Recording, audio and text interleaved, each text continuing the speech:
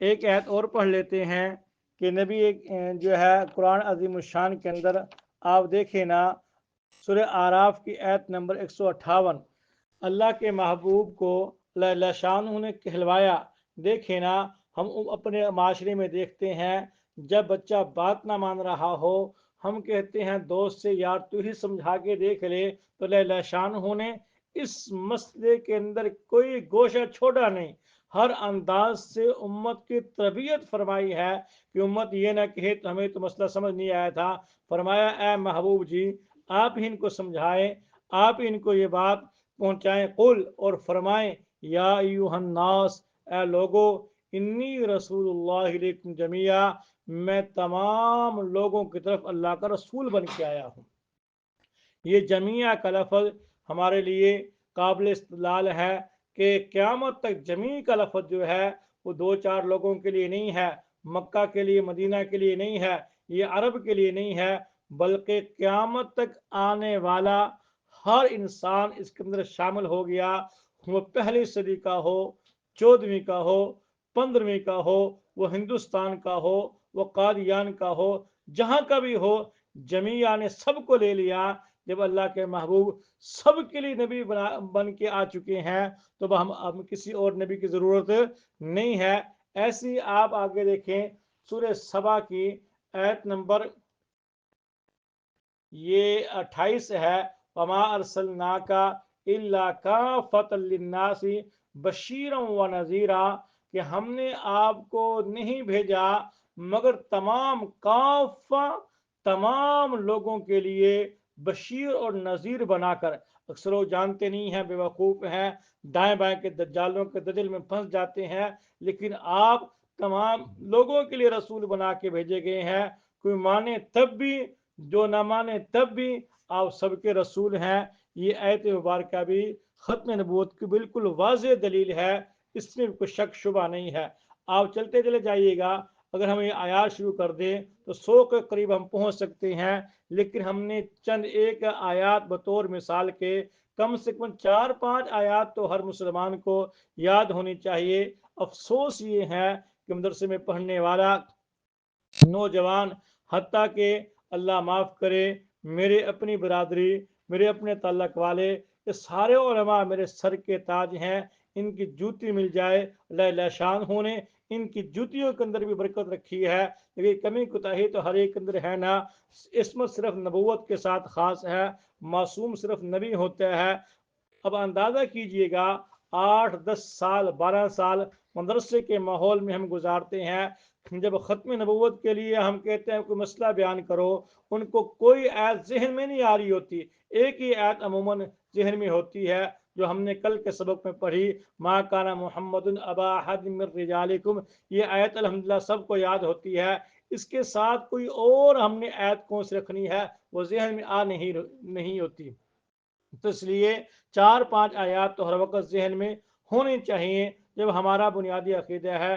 اور آپ دیکھیے نا، مرزائی جو ختم نبوت کے چور ہیں، ان کے بچوں کو جو ہے اتنی آیات یاد ہوتی ہیں اپنے استدلال کے لیے کہ آدمی سن کے پریشان اور حیران ہو جاتا ہے۔ تو یہ 4 آیات میں نے مختصر طور پر آپ کے سامنے رکھ دی۔ اس کے ساتھ ساتھ قرآن عظیم الشان کی بہت سی آیات میں دیکھیے جہاں اللہ شانہ نے ایمان لانے کا تذکرہ فرمایا ہے، وہاں اللہ شانہ نے وحی کے تذکرے میں اللہ کے محبوب کی وحی کو ذکر فرمایا اور پہلے نبیوں کی وحی کو ذکر فرمایا۔ حالانکہ پہلے نبی تو گزر چکے ہیں، ان کا ہمارے ساتھ کوئی تعلق نہیں ہے، عزت احترام سب کے ساتھ ہے، لیکن ہم نے وہی اپنے محبوب کی ماننی ہے، نبی آخر الزمان کی ماننی ہے۔ اب دیکھیے گا کہ جہاں بھی قرآن پاک بیان کرتا ہے، اگر کوئی وہی بعد میں آنا ہوتی، ہمارا تعلق تو اس وہی کے ساتھ ہونا تھا نا، اس کا تذکرہ زیادہ لازمی تھا۔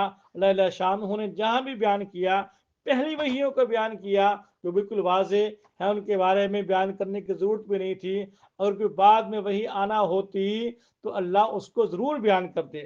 اب سورہ بقرہ کے شروع میں دیکھ رہے ہیں آیت نمبر 4 میں، یؤمنون بما انزل الیک وما انزل من قبلک، ایمان لاتے ہیں متقین اس پر جو آپ کی طرف نازل کیا گیا جو آپ سے پہلے نازل کیا گیا.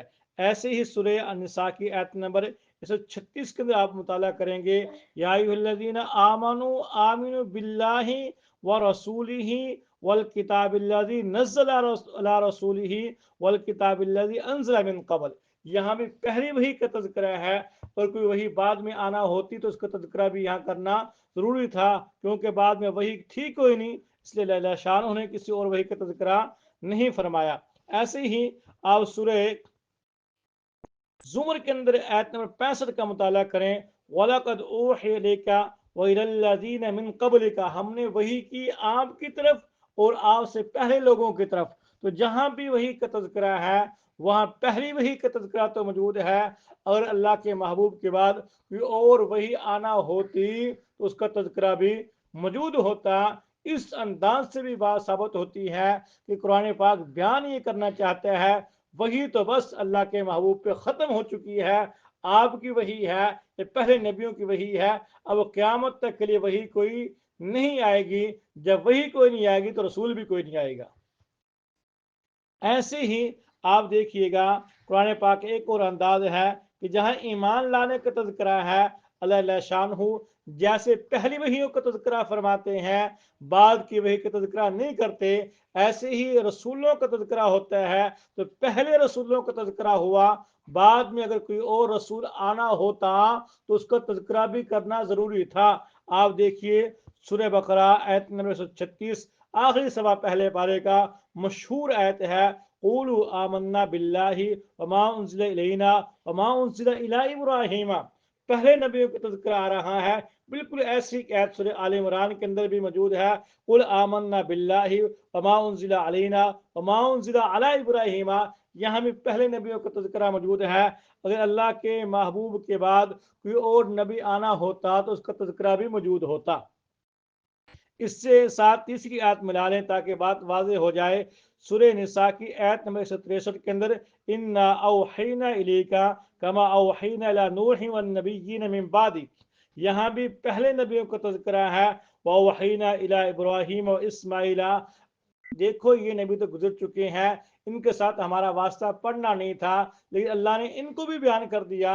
اگر محبوب نبی آخر الزمان کے بعد کوئی اور نبی آنا ہوتا تو اللہ اس کو زیادہ وضاحت کے ساتھ بیان کرتے, اگر کوئی ہوتا, جب نہیں تھا تو اللہ شانہ نے بیان ہی نہیں کیا. ایک انداز اور دیکھ لیجئے کہ جتنے رسول آئے ہیں انہوں نے اس بات کا تذکرہ کیا کہ ہم آئے ہیں, ہمارے بعد بھی نبی آئیں گے.